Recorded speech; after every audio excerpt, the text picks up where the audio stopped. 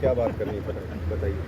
Okay जी नमस्कार महाराज जी, welcome to my channel. और बहुत बहुत शुक्रिया आप हमारे चैनल पे आए। मैं जानना चाहता हूँ, जैसे अभी कुछ योजना से मस्जिद में शक्ति मिलती है, उनके पास भी पैसा दिया जाता है सरकार, क्या ऐसे चेंजेस हमारे मंदिर में भी आएंगे? देखिए, ऐसा है, जो संविधान है उसमें ऐसी कोई संरचना नहीं थी, संविधान था सबके लिए बराबर था। कालांतर की जो सरकारें आई उन्होंने वोट बैंक की पॉलिटिक्स के नाते ये सब कुछ कर दिया। अब कर दिया तो संविधान तो समत्व को लिए हुए है, इसलिए हम ये चाहते हैं कि इसमें बदलाव आए और ज़रूर आए, और हमें अगवानी करनी होगी ना कि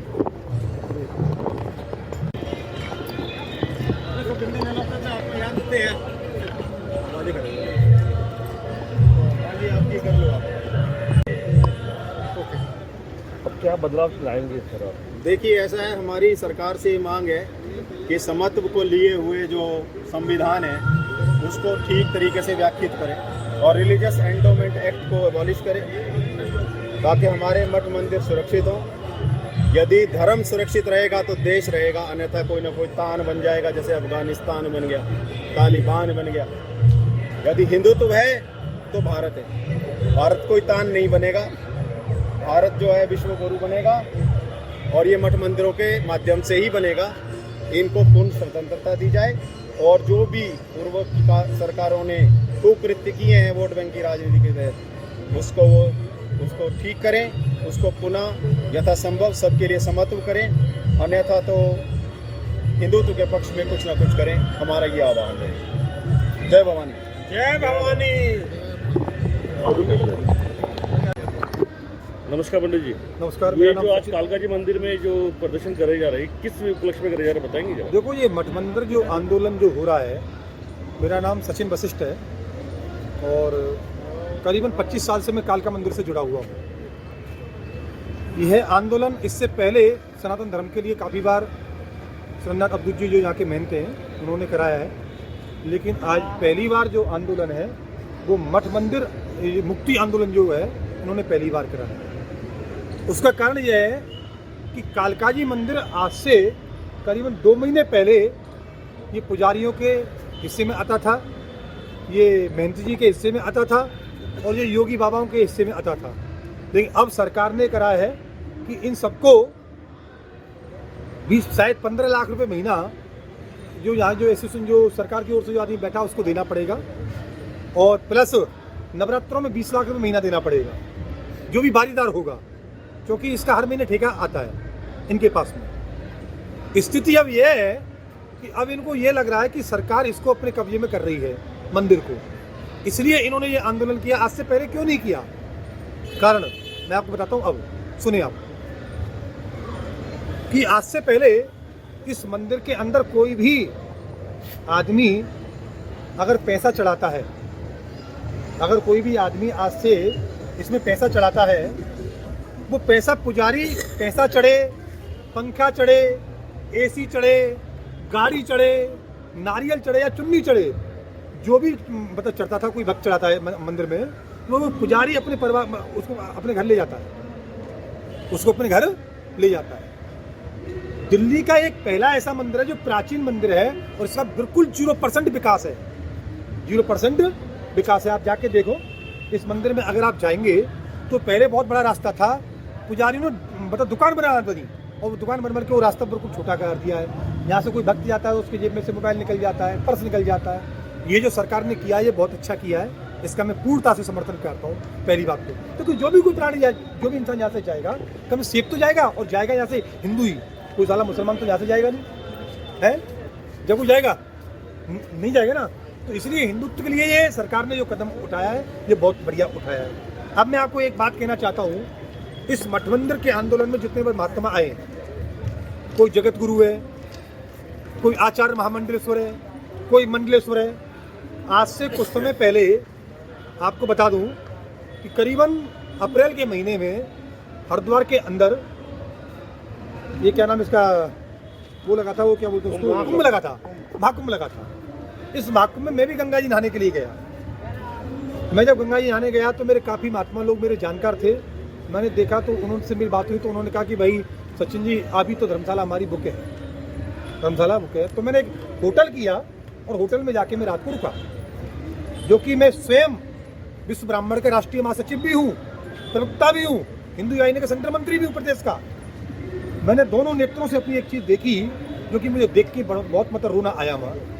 जब मैं खाना खा के नहीं रात को 10 बजे वहाँ से निकला तो मैंने देखा कि रोड के दोनों तरफ महात्मा सो रहे हैं, इधर भी और उधर भी, और बीच जो पटरी है उस पर ही महात्मा सो रहे हैं। मैंने महात्माओं से पूछा कि महाराज एक बात बताओ, आप लोग धर्मशाला में क्यों नहीं जाते? ये बड़ी बड़ी जो मठ बनी हुई हैं, जो बड़े बड़े जो मंदिर हैं यहाँ, उनमें क्यों नहीं जाते सोने के लिए? तो महात्मा ने कहा कि महाराज जी यह सिर्फ पैसे वालों के लिए है। जो आदमी पर्ची कटाता है, जो धर्मशालाओं को पैसा देता है, ये उसी के लिए रहने के लिए बनाए गए हैं, हमारे लिए नहीं बनाए गए। मतलब नहीं, ना इसमें खाने की कोई सुविधा बनाई गई है संत महात्माओं की। तो आप सोच रहे ये बात, ना तो संत महात्माओं की वहाँ खाने की कोई इन मठ मंदिरों में कोई सुविधा है और ना रहने की सुविधा है। एक धर्म है जो चंद कुछ दिन पहले बना, 400 साल पहले, सिख धर्म। 4 साल पहले भी नहीं बना होगा, उससे मतलब बहुत बाद में बना है। सिख धर्म जो बना है, आप जाके देखो कि हिंदुस्तान के अंदर मान के चलो कि अगर 10,000 गुरुद्वारे हैं तो मैं लिख के दे सकता हूँ 9 से 90 गुरुद्वारों, मतलब 9,000 गुरुद्वारों, 9,500 गुरुद्वारों में प्रतिदिन खाने की व्यवस्था है, प्रतिदिन उसमें मतलब चाय की व्यवस्था है, प्रतिदिन उनकी सफाई की मतलब बढ़िया व्यवस्था है। क्यों? क्योंकि वहाँ के जो आदमी जो पैसा देते हैं ना, जो पैसा उस गुरुद्वारे के काम ही आता है। लेकिन यहाँ क्या है, यहाँ जो भी पुजारी के लिए जो पैसा चढ़ाता है मठ मंदिरों में, वो भाई साहब पुजारी पहन लेते हैं। पुजारी मर्सिडीज गाड़ियों में चल, जो मठ का जो पीठाधीश्वर है वो मर्सिडीज गाड़ियों में चल रहा है, वो BMW गाड़ियों में चल रहा है, वो सिक्योरिटी गार्ड लेके साथ में चल रहा है। आपने किसी गुरुद्वारे के भाई को देखा है कि कोई भाई किसी को सिक्योरिटी गार्ड लेके जा रहा हो, जब BMW या मर्सिडीज में जा रहा हो? वो आते भी हैं मर्सिडीज में तो भाई साहब वो आने के बाद जूता साफ करते हैं, वो गुरुद्वारों की सफाई करते हैं, वो बर्तन साफ करते हैं। और यहाँ के जो महात्मा हैं 2-2, 3-3 किलो सोना पहन रखा है उन्होंने, ना तो भाई साहब उनका कोई सफाई का काम है और ना उनका कोई मतलब किसी चीज़ की कोई प्रक्रिया का काम है। तो मैं सरकार से मतलब सरकार से बहुत बढ़िया में ये सरकार ने काम किया कि मैं कह रहा हूँ कि ये जो मंदिर है इनको सरकार अंडर में करे, लेकिन साथ में जो पुजारी हैं उनकी व्यवस्था भी करे खाने पीने की। जो यहाँ के जो महात्मा उनकी व्यवस्था करे, लेकिन इनको अंदर अपने करे। देखो आज वैष्णो देवी मंदिर है, कितना बढ़िया है। आपको यहीं पास बता दूं झंडे वाला मंदिर है, उसकी सफाई देखी आपने? कितनी बढ़िया सफाई है, कितनी बढ़िया वहाँ व्यवस्था है। लेकिन कालका जी मंदिर की 0% व्यवस्था है, कोई व्यवस्था नहीं उसकी। जी देखिए, मुझे बात पूछनी थी, जैसे आप बोल रहे हैं कि सरकार ले लेगी मंदिर और उसके पक्ष में सारे हैं हिंदू, तो क्या जो पंडित लोग यहाँ पे काम करेंगे उनकी क्या तनख्वाह बांधी जाएगी? अभी तक जो सुप्रीम कोर्ट ने, जैसे और कहीं भी बंदी होती है, अभी तक जो सुप्रीम कोर्ट ने कालका जी मंदिर में जो ऑर्डर पास किया है वो ये किया है कि जो भी चढ़ावा होता है उस चढ़ावे का, आप मान के चलो कि ये कालका जी मंदिर है, यहाँ करीबन 80 लाख, 90 लाख, 1 करोड़, 2.5 करोड़ रुपए तक का महीना उठता है। उसमें से क्या है कि जो नवरात्रे आएंगे उनमें 20 लाख रुपए ये मंदिर निर्माण के लिए लगाएंगे, और जो अर्ध महीना जो और महीना है, जो नवरात्रि को छोड़ के जो महीना आएगा वो 15 लाख रुपए इसकी साफ सफाई के लिए और इसके मतलब प्रस्थान के लिए देंगे, जो कि ये मंदिर बढ़िया बने।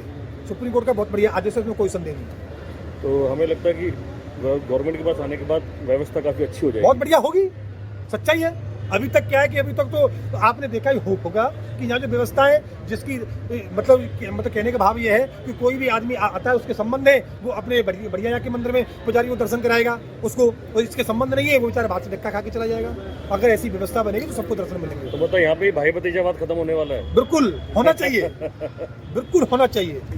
ये जो भाई भतीजावाद है, देखो मैं आपको अब एक चीज़ बताता हूँ, देखो ये भाई भतीजावाद तो हर जगह है। हाँ, हर जगह है। यहाँ क्या है कि किसी भी आदमी को अगर कोई पद मिला है तो वो आदमी क्या करेगा, एक माननीय मुख्यमंत्री उत्तर प्रदेश के योगी जी हैं जो हमारी हिंदू युवा वाहिनी के राष्ट्रीय अध्यक्ष हैं, वो सिर्फ एक ऐसे है कि वो कभी भाई भतीजा नहीं करते। आज भी उनकी बहन जो है वो चाय बेच रही है, आपको पता ही है। माननीय मोदी जी हैं, उनके भी कोई परिवार संबंधी कोई इतना रिलेशन नहीं है। लेकिन बाकी और जो लोग हैं ना भाई, वो तो है ये घोटू ना घोटू, ये पेट के लिए नपते हैं। तो ये सभी लोग अपने अपने लोगों के लिए क्या मतलब कर रहे हैं। लेकिन मैं सरकार से अनुरोध कर रहा हूँ, सरकार ने बहुत अच्छा किया, कांग्रेस सरकार ने कभी ऐसा काम नहीं किया। देखो राम मंदिर बीजेपी सरकार ने बनवाया, मैं सरकार का वोट हूँ और सरकार से अनुरोध है कि भाई सरकार ऐसा करे कि इससे कि जो भी जनता या हिंदू आदमी जो यहाँ दर्शन करने के लिए आए उसको विधिवत दर्शन मिले। भाई साहब मैंने अपनी आंखों से देखा है, यहाँ क्या है कि कालका जी मंदिर में पास बनते हैं, पास बिकते भी हैं लोग उन पासों को ले जाते हैं जिनके पास में पैसा है वो पास से सीधा VIP एंट्री में चले जाएंगे, और जिनके पास में पैसा नहीं है बेचारे लाइन से आते हैं, धक्का खाती हैं, वापस चलाते हैं, उनको दर्शन भी नहीं मिलते। मैं तो कालका माई से निवेदन कर रहा हूँ कि हे कालका माई, आपने बहुत अच्छा किया, ये मंदिर सरकार के मतलब अंडर में गया, बहुत अच्छा किया भाई। जय श्री राम, जय श्री जय श्री राम। नमस्कार sir, welcome to my channel. Sir मैं जानना चाहता हूँ ये जो सभा आप करवा रहे हैं, आयोजित कर रहे हैं, ये किस उपलक्ष्य में और क्या इसका कारण है? भारतवर्ष में 4 लाख मंदिर और मठ राज्य सरकारों के अवैध कब्जे में हैं। उनको नियंत्रित कर रही है राज्य सरकारें, और उनका जो चढ़ावा चढ़ता है, जो भी धन आता है वहाँ पर, वो सारा का सारा राज्य सरकारें मठ मंदिरों पे केवल 7% और बाकी का 93% दूसरे धर्म के लोगों को हज करवाने में, तनख्वाहें देने में, पेंशन देने में या अपना पेट भरने के लिए यूज करती हैं। इसके लिए सुप्रीम कोर्ट ने एक आदेश दिया था, जस्टिस बोबडे ने, अरविंद बोबडे जी ने कहा था कि जितने भी हैं सरकारें, उनका काम सरकार चलाना है, मठ मंदिर चलाना नहीं है जी। और उसी के एवज में अभी आप देखें तो 51 मंदिर उत्तराखंड सरकार ने मुक्त कर दिए हैं। धीरे धीरे हम चाहते हैं कि सारे मठ मंदिर मुक्त हो जाएं और मंदिरों का पैसा, मठों का पैसा गुरुकुल खोलने में यूज हो, गौशाला बनाने में लगे। इसके लिए हम ये मांग कर रहे हैं राज्य सरकारों से, भारत सरकार से, कि सुप्रीम कोर्ट के आदेश को तो मान लो। 2014 में आदेश दिया था और आज तक उस आदेश की कोई पालना नहीं हुई, अवहेलना ही हुई है।